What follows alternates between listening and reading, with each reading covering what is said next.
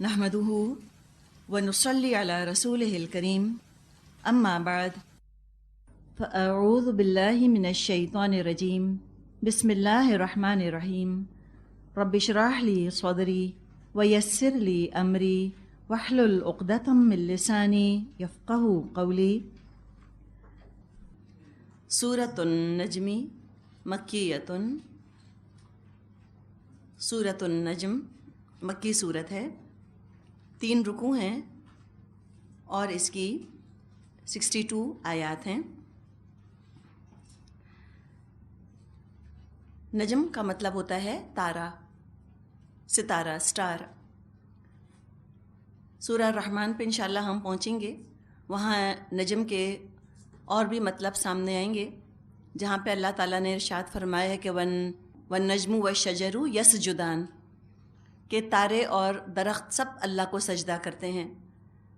تو کچھ لوگوں نے شجر کے مناسبت سے وہاں جو لفظ نجم آیا ہے اس کا انہوں نے ترجمہ جھاڑیاں بھی کیا ہے، جھاڑیاں، بشز۔ تو الگ الگ معنوں میں یہ لفظ آتا ہے، لیکن یہاں پر تارے کے معنوں میں آ رہا ہے۔ سورۃ الطور کی آخری آیت تھی وَمِنَ اللَّيْلِ فَسَبِّحْهُ وَإِدْبَارَ النُّجُومِ۔ تو جس لفظ پر سورۃ الطور ختم ہو رہی ہے اسی لفظ سے سمجھیں اس سورت کا آغاز ہو رہا ہے۔ تو اس طرح دونوں صورتوں میں بڑا خوبصورت سا اتصال پیدا ہو گیا ہے، دونوں صورتیں انٹرلاکڈ ہیں۔ سورہ نجم پہلی صورت ہے جو نبی اکرم صلی اللہ علیہ وسلم نے مکے میں مجمع عام میں تلاوت فرمائی، جنرل کراؤڈ میں آپ نے اس صورت کی تلاوت فرمائی، اس میں کافر مومن سب موجود تھے۔ بخاری، مسلم، ابو داؤد، نسائی وغیرہ میں عبداللہ بن مسعود رضی اللہ عنہ سے روایت ہے اول سورۃ انزلت فیہا سجدۃ النجم، پہلی سورت جس میں آیت سجدہ نازل ہوئی النجم ہے۔ یہ سجدہ سورت کے اختتام پر آتا ہے۔ نبی اکرم صلی اللہ علیہ وسلم نے آیت سجدہ پڑھ کر سجدہ فرمایا۔ عام طور پہ جب آپ قرآن کی آیات پڑھ کر سناتے تھے تو کفار بیچ میں شور مچا دیا کرتے تھے، ہوٹنگ کرتے تھے، ڈسٹربنس کریٹ کیا کرتے تھے، لیکن جب سورہ نجم پڑھی گئی تو ان پر ایک ہیبت طاری ہو گئی، کسی کو چوں کرنے کی ہمت نہ ہوئی۔ ایسا اس سورت کا ان کے اوپر اثر ہوا، ایسا اس سورت نے ان کے دل، دماغ، اعصاب کو مسخر کیا کہ جب نبی اکرم صلی اللہ علیہ وسلم نے سورت کے آخر میں سجدہ کیا وہ سب بے اختیار سجدوں میں گر گئے، سب نے سجدہ کیا، مسلمانوں نے اور کافروں نے۔ یہ سجدہ وہ کر گئے، بعد میں پچھتاوا ہوا، پریشان ہوئے کہ ہم نے یہ کیا کیا۔ تو لہٰذا انہوں نے اب دلائل ڈھونڈنے شروع کیے، ایکسکیوزز بنانی شروع کی، اور ایک کہانی انہوں نے گھڑ کر اپنی جان چھڑائی۔ اور کہانی انہوں نے یہ گھڑی کہ نبی اکرم صلی اللہ علیہ وسلم نے ہماری دیویوں کی تعریف کی ہے کہ ہاں یہ بھی سفارش کریں گی قیامت کے دن۔ یہ جھوٹی کہانی انہوں نے بنائی، اور اس طرح انہوں نے سمجھیں کہ دے سیو دیئر فیسز والی بات، انہوں نے اس طرح اپنے آپ کو بچایا کہ دراصل ہم نے تو اس بات پہ سجدہ کیا تھا اپنی دیویوں کی شفاعت کی بات سن کر۔ یہ خبر چاروں طرف پھیل گئی کہ قرآن سن کر کافروں نے بھی سجدہ کیا، اور اس خبر کے ساتھ ساتھ ایک افواہ بھی شامل ہو گئی کہ کفار اور مسلمانوں میں کوئی معاہدہ ہو گیا ہے، کمپرومائز ہو گیا ہے۔ اب یہ جو صورت نازل ہوئی اس سے پہلے 5 نبوی میں پہلی ہجرت حبشہ ہو چکی تھی، اور 5 نبوی میں رمضان میں یہ واقعہ پیش آیا جب کفار نے سجدہ کیا۔ حبشہ کے مہاجرین کو جب یہ خبر پہنچی تو کچھ لوگ شوال 5 نبوی میں مکے واپس لوٹ آئے، لیکن یہاں آ کر معلوم ہوا کہ خبر غلط تھی، کوئی معاہدہ نہیں ہوا کافروں میں اور مسلمانوں میں۔ اس کے بعد پھر دوسری ہجرت حبشہ ہوئی، مزید کچھ لوگ بھی حبشہ ہجرت کر کے گئے، اور جو لوگ واپس آ گئے تھے ان میں سے بھی پھر دوبارہ چلے گئے۔ یہ جو آخری منزل ہے قرآن کی 7ویں منزل، ان صورتوں میں انذار کا انداز ہے، وارننگ کا انداز ہے۔ سورہ قاف سے یہ آخری منزل شروع ہوتی ہے، اور انذار کے مختلف پہلو ہمیں نظر آئیں گے۔ کچھ صورتوں میں قیامت کا ذکر بہت شد و مت کے ساتھ کیا گیا ہے، کچھ صورتوں میں انذار کرنے والے کی بات کی گئی ہے، یعنی رسولوں کا ذکر کیا گیا ہے۔ سورہ نجم میں رسالت پر زیادہ زور محسوس ہوتا ہے۔ پچھلی صورتوں میں جو بات تھی وہ یہ تھی کہ کس چیز کے بارے میں انذار کیا جا رہا ہے، یعنی بعث بعد الموت، حشر نشر، موت کا ذکر، جہنم کا ذکر۔ تو جن چیزوں سے ڈرایا جا رہا ہے ان چیزوں کا ذکر آیا، اور یہاں وارن کرنے والے کی بات کی جا رہی ہے کہ انذار کر کون رہا ہے، انذار کرنے والا کون ہے، نمبر 1۔ نمبر 2، کس چیز کے ذریعے سے انذار کر رہا ہے، کیا چیز ہے اس کے پاس، وہ کیا آلہ ہے، وہ کیا ذریعہ ہے جس سے انذار کیا جا رہا ہے، اس کا ذکر ملے گا۔ یعنی یہاں پر ایمان بالرسالت کی بات آ رہی ہے سورۃ النجم میں۔ ایمان بالرسالت کو دوبارہ ذرا ذہن میں تازہ کر لیجئے۔ ایمان بالرسالت ایک سمجھیے کہ پوری چین ہے، پوری کڑی کا نام ہے۔ یہ کوئی ایک فرد کا نام نہیں ہے ایمان بالرسالت کے ایک رسول پر ایمان لے آیا جائے، بلکہ ایمان بالرسالت کی پوری چین ہے۔ جب بھی ایمان بالرسالت کا ذکر ہوگا، سب سے پہلے ایمان بالملائکہ کا ذکر ہوگا، فرشتوں پر ایمان، پھر رسول پر ایمان کا ذکر ہوگا۔ جیسے سورہ حج میں ہم پڑھ آئے ہیں آیت 75-75 میں، اللہ یصطفی من الملائکۃ رسلا ومن الناس ان اللہ سمیع بصیر۔ اللہ چن لیتا ہے فرشتوں میں سے رسول اور انسانوں میں سے، بے شک اللہ سننے والا، دیکھنے والا ہے۔ یعنی رسالت کی کڑی میں 2 رسول ہوتے ہیں، رسول ملک اور رسول انس، ایک فرشتہ رسول اور ایک انسان رسول۔ ان دونوں کی ملاقات ہوتی ہے تو اللہ کا پیغام فرشتے سے انسان تک منتقل ہوتا ہے، اور پھر انسان سے باقی انسانیت تک وہ پیغام پہنچ جاتا ہے۔ اب اگر پیغام پہنچانا ہے تو یہ چیز ثابت کرنی ضروری ہوتی ہے کہ 2 پیغامبروں کی آپس میں ملاقات بھی ہوئی ہے۔ اگر ملاقات نہیں ہوئی تو پیغام کیسے پہنچایا؟ یعنی کہ راویوں کا ملنا ضروری ہوتا ہے۔ انشاءاللہ تعالی علوم حدیث میں ہمیں یہ بات سمجھ آئے گی کہ حدیث کی روایت بڑی اہم چیز ہے۔ راویوں کی ملاقات بھی ہوئی ایک دوسرے سے یا نہیں؟ کیا راویوں نے ایک دوسرے سے اس بات کو سنا یا نہیں؟ تو یہ ثابت کرنا ہوتا ہے کہ دونوں آپس میں ایک دوسرے سے ملے تھے یا انہوں نے ایک دوسرے سے اس بات کو لیا تھا، سنا تھا، اور پیغام پہنچانے کے لیے ملاقات ضروری ہے۔ جب ملاقات ہوتی ہے تو پھر جان پہچان ہوتی ہے، اور اگر کسی سے آپ کی جان پہچان ہو گئی ہے، ملاقات ہو گئی ہے، تو بعد میں چاہے وہ شخص آپ کو نظر نہ بھی آئے، تب بھی اس کی آواز یا اس کی علامات سے آپ پہچان جاتے ہیں کہ یہ وہی شخص ہے۔ ایک سمجھیں کہ فیملیرٹی ہو جاتی ہے نا۔ جیسے گھروں میں ہم رہتے ہیں، اب گھروں میں جب ہم رہتے ہیں، دروازہ کھل کر جوتوں کی چاپ سے پتہ چل جاتا ہے کہ بیٹا داخل ہوا یا شوہر آیا یا بیٹی آئی یا کون آیا۔ ایک انداز ہوتا ہے نا لوگوں کے آنے کا، دروازہ بند کرنے کا، چلنے کا۔ تو کچھ علامات ایسی ہوتی ہیں جن سے کہ انسان کو اندازہ ہو جاتا ہے کون شخص ہے۔ تو یہ چونکہ راویوں کا ملنا، پیغامبروں کا ملنا ضروری ہوتا ہے، لہٰذا ہم دیکھتے ہیں کہ جب رسالت کو ثابت کیا گیا تو شروع میں جو سورہ نجم کی آیات ہیں، شروع کی آیات میں یہ ثابت کیا گیا ہے کہ نبی اکرم صلی اللہ علیہ وسلم نے، جو کہ رسول انس ہیں، انہوں نے جبریل علیہ السلام کو، جو کہ رسول ملک ہیں، ان کو اپنی اصلی ملکوتی شکل میں، اوریجنل فارم میں 2 دفعہ دیکھا ہے۔ ایک دفعہ غار حرا سے اترتے ہوئے، اور یہ شروع نبوت کا واقعہ ہے، اور ایک دفعہ معراج کے موقع پر۔ انشاءاللہ تعالیٰ جب آیات آئیں گی تو وہاں اور تفصیل کے ساتھ ہم ان کو ڈسکس کر لیں گے، بات کر لیں گے۔ تو ایک بات یہ یہاں پہ ثابت کی جا رہی ہے کہ جبریل علیہ السلام کی بذات خود ملاقات ہوئی ہے نبی اکرم صلی اللہ علیہ وسلم سے، دونوں ملے ہیں۔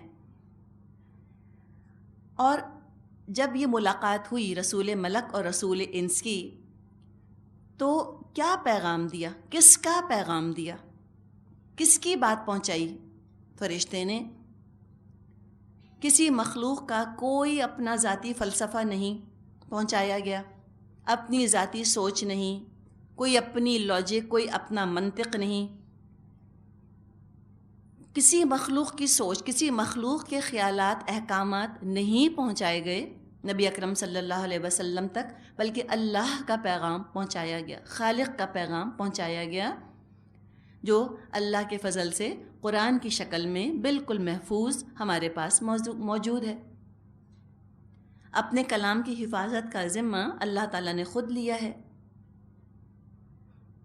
تو ایمان بالرسالت دراصل ان تمام ایمانیات سے مل کر بنتا ہے۔ فرشتے پر ایمان، رسول پر ایمان، اور اس پر 100% ایمان کہ جو پیغام پہنچایا گیا وہ من و عن محفوظ ہے، ایک شوشے کی تبدیلی نہیں ہوئی، کوئی چیز رہ نہیں گئی، کوئی چیز کھو نہیں گئی۔ جو پیغام پہنچایا جبریل علیہ السلام نے نبی اکرم صلی اللہ علیہ وسلم کو، پورے کا پورا سیف ہوا ہے، محفوظ ہے۔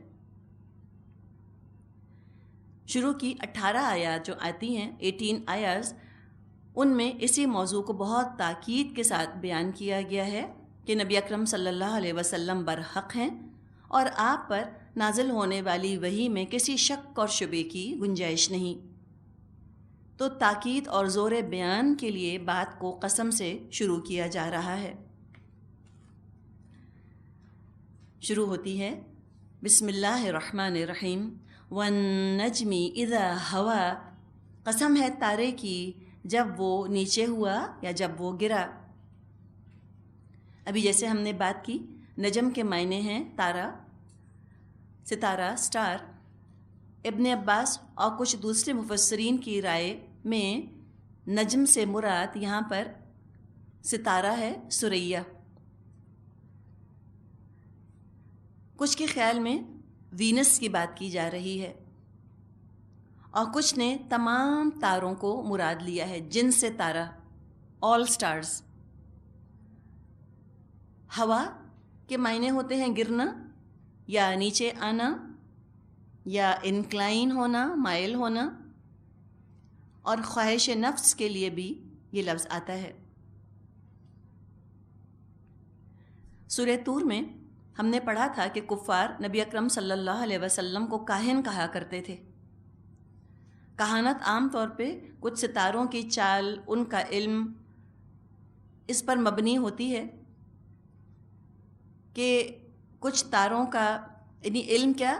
علم یہ کہ کچھ ستارے ہیں جو زندگی پر مبارک اثر ڈالتے ہیں، کچھ ستارے ہیں جو کہ زندگی پر منحوس اثر ڈالتے ہیں۔ اسی طرح کی باتیں کاہن پہلے بھی کیا کرتے تھے، سوت سیئرز، اور آج بھی کرتے ہیں۔ تو بتایا گیا، سمجھیں، کہ جو خود ڈوب جائے اس کے پاس اتنا اختیار کیسے ہو سکتا ہے؟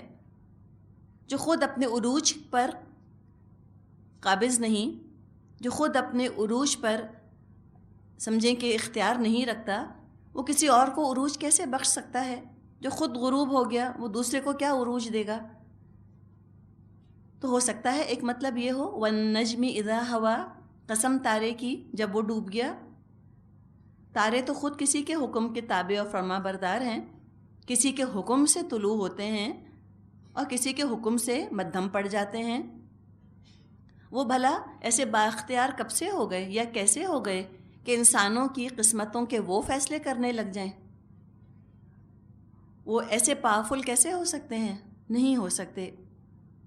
اور کاہنوں کی تو ساری تعلیم بس گمان پر مبنی ہوتی ہے، گیس ورک ہوتا ہے، جھوٹ کے پلندے ہوتے ہیں اس کے اندر۔ بھلا رسول کے پیغام کا کاہنوں کی بات سے کیا مقابلہ؟ تو ایک مطلب والنجم اذا ہوا کا علماء نے یہ بیان کیا ہے۔ اب جو بھی مطلب ہم اس وقت دیکھیں گے یہ علماء کے علم کی باتیں ہیں جو ہم کریں گے، یعنی نبی اکرم صلی اللہ علیہ وسلم سے ہمیں کوئی ڈائریکٹ بات نہیں ملتی کہ والنجم اذا ہوا سے کیا مراد ہے، اور چونکہ اس میں کوئی حکم موجود نہیں ہے تو علماء نے اپنی اپنی آراء کا اظہار کیا ہے تفسیر کے لیے۔ ایک بات یہ کہی گئی۔ دوسری تعبیر جو اس آیت کی گئی ہے وہ یہ ہے کہ نبی اکرم صلی اللہ علیہ وسلم کے آنے سے پہلے پچھلے نبیوں کی تعلیمات کی مدھم روشنی تو باقی تھی۔ وہ تعلیمات ہدایت کا ذریعہ تھیں، اپنے وقت میں خوب روشن تھیں جب رسول ان کو لے کر آئے تھے، لیکن وقت کی گرد نے ان کو دھندلا دیا تھا، اور اب وہ سراسر ہوا پر مبنی رہ گئی تھیں، یعنی لوگوں کی خواہش نفس پر مبنی رہ گئی تھیں۔ وہ تعلیمات اتنی ان میں تحریفات کر دی گئی تھیں، اپنے مقام پر وہ تعلیمات قائم نہ رہی تھیں، اپنی اصلیت پر قائم نہ رہی تھیں، ان کی وہ اپنی چمک اور ان کی روشنی باقی نہ رہی تھی، بلکہ وہ اپنے مقام سے گر گئی تھیں، اس لیے کہ لوگوں نے اس کے اندر ملاوٹ کر دی تھی، خالص نہ رہی تھیں۔ اب کوئی نیک نیتی سے بھی اگر ان پر عمل کرنا چاہتا تو بھٹک جاتا، کوئی پورے خلوص کے ساتھ پچھلے انبیاء کی تعلیمات پر عمل کرتا تو بھی بھٹکتا۔ تو نیک نیتی کے ساتھ انسان جب بھٹک سکتا ہے تو جس کی نیت بالکل خراب ہو وہ تو ویسے بھی شیطان کے ہتھے چڑھ گیا بالکل۔ تو وہ تعلیمات کیسی ہو گئی ہیں؟ دھندلکے بن گئے ہیں، بالکل ہیزی ہو گئی تھیں وہ ساری تعلیمات، اور اب ہدایت کا سورج طلوع ہو رہا ہے، اس کی موجودگی میں ہر چیز بالکل صاف اور واضح نظر آ رہی ہے، حقیقت کھل کر سامنے آ گئی ہے، اور کسی سورس آف لائٹ کی اب ضرورت نہیں۔ روشن چراغ اللہ تعالیٰ نے منور فرما دیا، اور یہ ہیں خود نبی اکرم صلی اللہ علیہ وسلم۔ سورہ احزاب میں آپ کے بارے میں فرمایا وَدَاعِيًا إِلَى اللَّهِ بِإِذْنِهِ، وہ بلانے والے ہیں اللہ کی طرف اللہ کی اجازت سے، وَسِرَاجًا مُنِيرًا، اور ایک روشن چراغ ہیں۔ تو جب سورج طلوع ہو جاتا ہے تو تارے تو ویسے بھی ماند پڑ جاتے ہیں، دھندلے پڑ جاتے ہیں، تاروں کی کیا ضرورت، کیا اہمیت رہ جاتی ہے سورج کے مقابلے میں۔ تو یہ نبی اکرم صلی اللہ علیہ وسلم ہدایت کا سورج بن کر تشریف لے آئے، اب کسی اور طرف دیکھنے کی ضرورت نہیں، نہ خود یہ بھٹکے ہیں نہ خود یہ بہکے ہیں، جو ان کو چھوڑ کر کہیں اور ہدایت تلاش کرے گا وہ بھٹک جائے گا۔ اور یہ بات جو ہے یہ آج تک بھی درست ہے، جیسے کہ حدیث میں مضمون آتا ہے کہ موسیٰ علیہ السلام بھی اگر آج موجود ہوتے تو نبی اکرم صلی اللہ علیہ وسلم ہی کی شریعت کی پیروی فرماتے۔ تو ایک مطلب یہ لیا گیا وَالنَّجْمِ اِذَا ہوا کا۔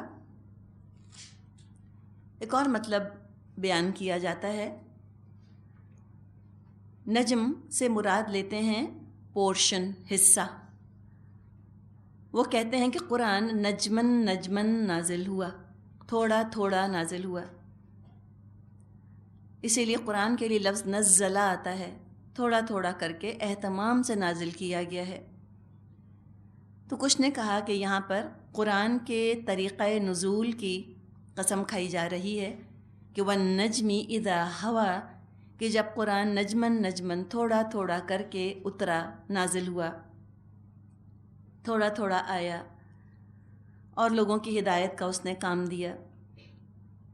تو واللہ عالم اصل مطلب کیا ہے اللہ خود بہتر جانتا ہے، جو لوگوں نے اپنے ذہن استعمال کر کے چند نقطے بیان کیے ہیں وہ آپ کے سامنے رکھ دیے گئے۔ اب یہ قسم کھا کے جو بات کی جا رہی ہے وہ یہ ہے، ما ضل صاحبکم وما غوا، تمہارا رفیق نہ بھٹکا ہے نہ بہکا ہے۔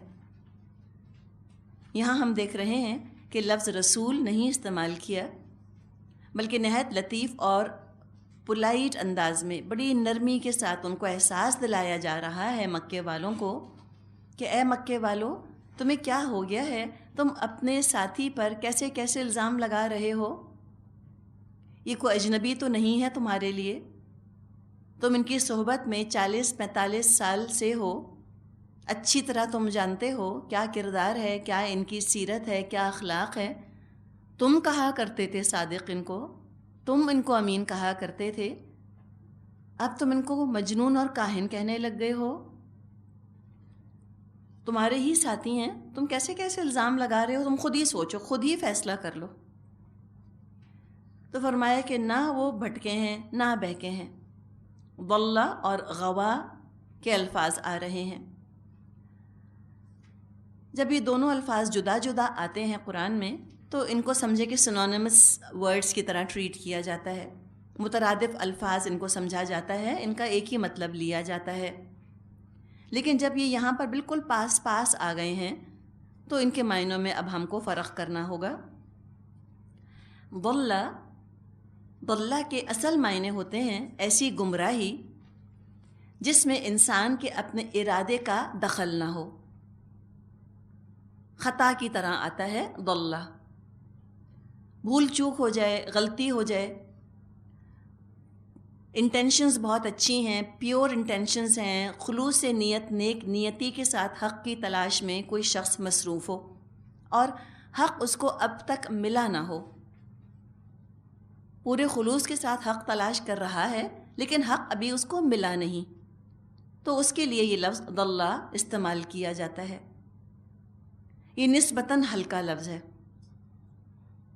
اس کے مقابلے میں غوا یہ ذرا سخت لفظ ہے۔ ضل کا مطلب بھی گمراہی ہے، لیکن کیسی گمراہی؟ جس میں اپنی نیت نہ شامل ہو، نیک نیتی کے باوجود کسی کو ٹھیک بات نہ مل پائی۔ غوا میں بھی گمراہی کے معنی پائے جاتے ہیں، لیکن اس میں گمراہی کا تعلق نفس کی شرارت سے ہے، یعنی بھٹکنے اور گمراہ ہونے میں اپنا ارادہ اور اپنا رجحان بھی شامل ہو، تو وہ ہے غوا۔ کفار ایسے الزامات لگا کر نبی اکرم صلی اللہ علیہ وسلم کی بات کی اہمیت کو کم کرنا چاہتے تھے، تو یہاں بتا دیا گیا کہ نہ لا علمی کی وجہ سے وہ غلط بات کر رہے ہیں، نہ وہ لا علمی کی وجہ سے بھٹک رہے ہیں، نہ خواہش نفس کے پیچھے وہ چلتے ہیں۔ نبی اکرم صلی اللہ علیہ وسلم پر لگائے ہوئے الزامات کو دھویا جا رہا ہے۔ فرمایا وَمَا يَنطِقُ عَنِ الْهَوَىٰ، وہ اپنی خواہش نفس سے نہیں بولتے۔ جب کوئی انسان رسول بنتا تھا اور وہ یہ لوگوں سے کہتا تھا کہ میں یہ بات اللہ کا کلام ہے جو کہ تمہارے سامنے بیان کر رہا ہوں، یہ بات تم سے میں جو کہہ رہا ہوں یہ اللہ کا کلام ہے، تو جب وہ اللہ کا کلام کہہ کر کوئی بات بیان فرماتا تھا تو حقیقت ہے کہ اس میں کوئی اس کی خواہش نفس نہیں شامل ہوتی تھی۔ ابھی جیسے ہم نے شروع میں بھی بات کی، یہ جو اللہ کا پیغام فرشتے نے پہنچایا رسول تک اور رسول نے پہنچایا انسانوں تک، اس میں کوئی انسانی فلسفہ، کوئی ہیومن فلسفی، ہیومن مائنڈ یا ہیومن ہارٹ یا ہیومن ایموشنز کا کوئی تعلق ہی نہیں۔ انسانی عقل کا، انسان کی حکمت کا، انسان کے خیالات یا جذبات یا عقائد کا کوئی تعلق نہیں، پیور اللہ کا کلام ہے جو پہنچایا گیا۔ تو نبی جب اللہ کا پیغام پہنچاتے تھے نفسانیت کا کوئی دخل نہ ہوتا تھا، اللہ کی طرف سے ان کی حفاظت کی جاتی تھی، وہ پروٹیکٹڈ ہوا کرتے تھے، اور خاص طور پہ اس کلام کے بارے میں ان کی اپنی مرضی، اپنی خواہش شامل نہیں ہوتی تھی، سراسر اللہ کا کلام بیان کیا کرتے تھے۔ تو فرمایا وما ينطق عن الهوى، وہ اپنی خواہش نفس سے نہیں بولتا، ان هو الا وحی یوحی، یہ تو ایک وحی ہے جو اس پر نازل کی جاتی ہے۔ تو وحی کا ذکر کیا جا رہا ہے۔ بخاری میں وحی کی بہت سی اقسام بیان ہوئی ہیں۔ سورہ شورا میں بھی ہم وحی کی اقسام کے بارے میں کچھ بات کر آئے ہیں۔ تھوڑی سی بات اور کر لیتے ہیں وحیون کے اوپر۔ وحی کی ایک قسم وہ ہے جس کے معنی اور الفاظ، میننگز اینڈ ورڈز سب اللہ کی طرف سے نازل ہوتے تھے، جس کو کہ وحی مطلوف کہا جاتا ہے۔ میم تا لام واو، مطلوف کیا؟ تلاوت کی جانے والی وحی۔ قرآن اسی وحی پر مشتمل ہے۔ قرآن سارے کا سارا وحی مطلوب ہے۔ وحی کی ایک اور قسم ہے وحی غیر مطلوب، یعنی صرف معنی اللہ کی طرف سے نازل ہوتے تھے اور ان معنوں کو نبی اکرم صلی اللہ علیہ وسلم اپنے الفاظ میں ادا فرماتے تھے۔ اس وحی کا نام حدیث اور سنت ہے۔ اس میں کبھی تو صاف اور واضح معاملہ بیان کیا جاتا ہے، مثلا جیسے قرآن میں 2 بہنوں کو ایک نکاح میں جمع کرنے کی ممانعت ہے۔ یہ حکم سورہ نساء میں آتا ہے، ان تجمعوا بین الاختین، کہ تم 2 بہنوں کو ایک نکاح میں جمع کرو ایک وقت میں، اس کی اجازت نہیں۔ یہ کیا ہے؟ وحی مطلوب، تلاوت کی جانے والی وحی۔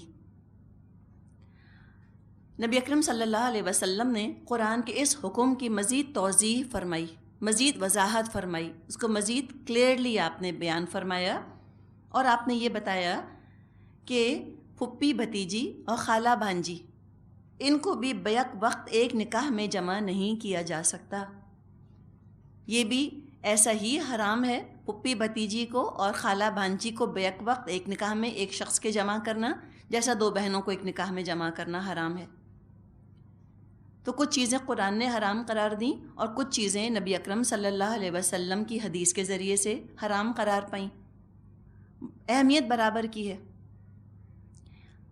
ایک ہے وحی مطلوب، بہنوں کو جمع کرنا ایک نکاح میں، اور خالہ بھانجی اور پھپھی بھتیجی کو نکاح میں جمع کرنا یہ وحی غیر مطلوب ہے۔ یہ حدیث اور سنت سے ہم کو پتہ چلا۔ پھر کیا ہوا کرتا تھا کہ قرآن میں ایک قاعدہ بتا دیا جاتا تھا، ایک رول بتا دیا جاتا تھا۔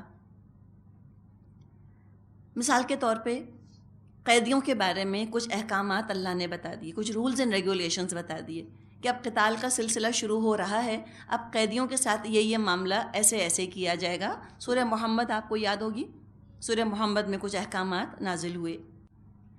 اب وہ جو رول بتا دیا گیا، سمجھے موٹی موٹی باتیں بتا دی گئیں، اب اس پر عمل کیسے کرنا ہے، اس کو امپلیمنٹ کیسے کرنا ہے، اس کی جو ہے پریکٹیکل شکل کیا ہوگی، عملی شکل کیا ہوگی، تو اس حکم کو امپلیمنٹ کرنے کے لیے نبی اکرم صلی اللہ علیہ وسلم اپنی پروفیٹک وزڈم، اپنی حکمت، اپنی دانائی استعمال کر کے اجتہاد فرمایا کرتے تھے۔ اگر وہ اجتہاد صحیح ہوتا، درست ہوتا، اللہ تعالیٰ کی طرف سے برقرار رہنے دیا جاتا کہ آپ نے درست فیصلہ کیا۔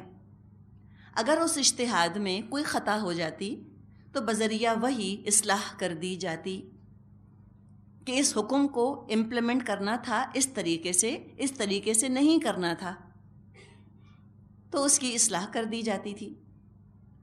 تو ہم دیکھتے ہیں کہ جہاں تک فریضہ رسالت کا تعلق تھا، آپ نے خواہش نفس سے کوئی بات نہ کی۔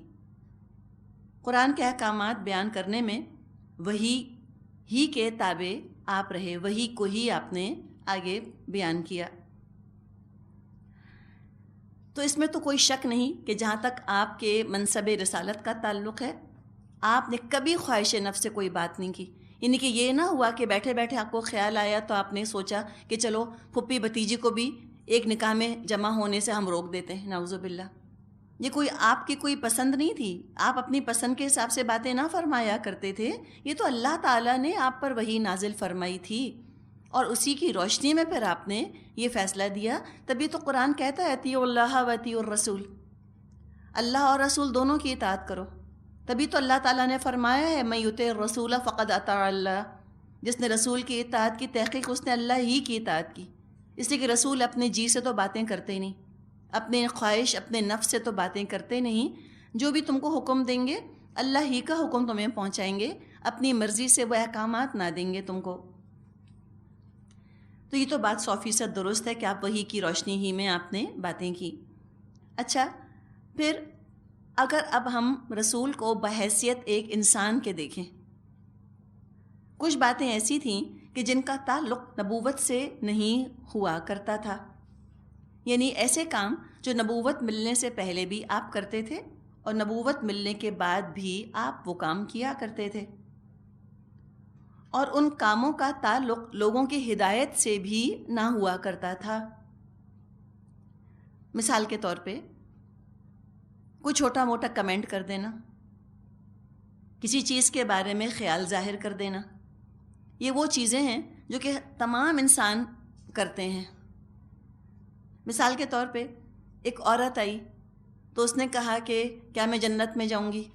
تو آپ نے فرمایا کہ بوڑھی عورتیں جنت میں نہ جائیں گی۔ بوڑھی سی عورت تھی، آپ نے فرمایا کہ بوڑھی عورتیں جنت میں نہیں جائیں گی، رونے لگ گئی۔ تو آپ نے کہا کہ کوئی بوڑھی عورت جنت میں نہ جائے گی، سب جوان ہو کے جنت میں جائیں گی۔ اب ظاہر ہے کوئی وحی تو نازل نہ ہوئی ہوگی نا یہ آپ کے اوپر، یہ تو خود ایک جو آپ کے اندر جو حصے مزاح موجود تھی اس کو استعمال کرتے ہوئے آپ نے کمنٹ دیا۔ یا مثال کے طور پہ جیسے آتے ہیں لوگ گھروں کے اندر، کہتے ہیں بھی آج کھانے کے لیے کچھ ہے، مثال کے طور پہ اب یہ وحی تو نازل نہ ہوئی ہوگی نا کہ جبریل علیہ السلام یہ وحی لے کر آئے ہوں کہ اب آپ عائشہ سے پوچھیے گھر میں کیا پکا ہے، یہ تو نہیں تھا۔ اس طرح سے ایک عام چھوٹے موٹے کمنٹس، عام چھوٹے موٹے کام، ہر انسان جو کہ جن میں حصہ لیتا ہے، اس طرح کے کام جو آپ کیا کرتے تھے وہ عین وحی نہیں ہوتی تھی لیکن وحی کے تابع ہوتی تھی۔ یہ بات یاد رکھیں، وحی کے تابع ہوتی تھی۔ چھوٹے سے چھوٹے معاملات میں بھی، معمولی سے معمولی کاموں میں بھی آپ ہمیشہ وحی کی تعلیمات کے اندر اندر رہ کر بات اور کام کیا کرتے تھے۔ جھوٹ یا مبالغہ یا فحش آپ کی مبارک زبان سے کبھی نہ نکلا۔ یہ ہے غیر معمولی بات، اس میں آپ عام انسانوں سے مختلف تھے۔ تو ایک طرح آپ عام انسانوں کی طرح تھے، آپ روزمرہ کے ضروریات پر بات چیت کیا کرتے تھے، لیکن عام انسانوں سے مختلف اس طرح تھے کہ آپ کی زبان سے کبھی جھوٹ یا ناحق یا مبالغہ یا فحش نہ نکلا۔ چاہے آپ خوش ہوں، چاہے ناراض ہوں، چاہے سنجیدہ ہوں، چاہے آپ مذاق کر رہے ہوں، کبھی آپ نے جھوٹ نہ بولا، کبھی آپ نے وحی کے دائرے کو پھلانگا نہیں۔ اور آپ نے فرمایا واللہ، قسم ہے اللہ کی، یعنی کہ قسم ہے اس ذات کی جس کے قبضے میں میری جان ہے، لا یخرج من ھذا الا حق، اس زبان سے کچھ نہیں نکلتا سوائے حق کے۔ تو آپ وحی کے تابع رہ کر بات کیا کرتے تھے۔